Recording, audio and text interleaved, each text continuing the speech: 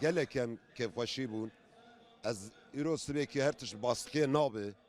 Yani ilen ki zorbalığı nabe.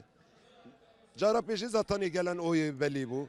Evi dayı rabu kim zanı ki daha oyu daha ezede be. Ev zanı bu. Evet seçim İstanbul Türkiye'ye bu örnek yani daha doğrusu AK Parti'ye bu örnek.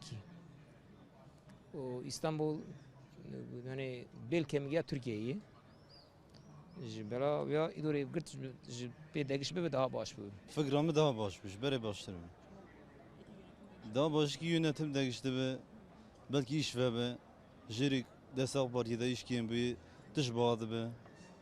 Hem de ziyade dokat be yani. Ne insan ki siyasetin sonucu faham nakem fakat cumhura bira değişme baz, xwaz mutxwaz değişme be. Sonuç başı o da kıymetli kişam xeyr Xuda ayıbık. Ez baverim ki Ekrem İmamoğlu de memleketi Türkiye'de gelişi tiştiki baş Bakış bir de kışandını.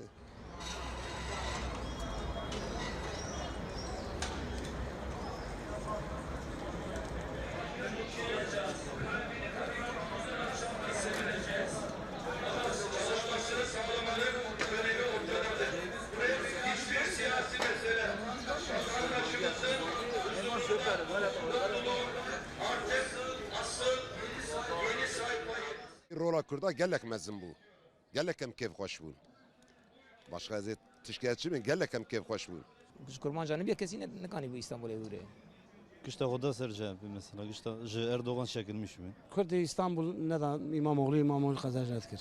Eğer İlgen Kurdi İstanbul'u natana çekirini evi tişti müküneytine bu at çekirini.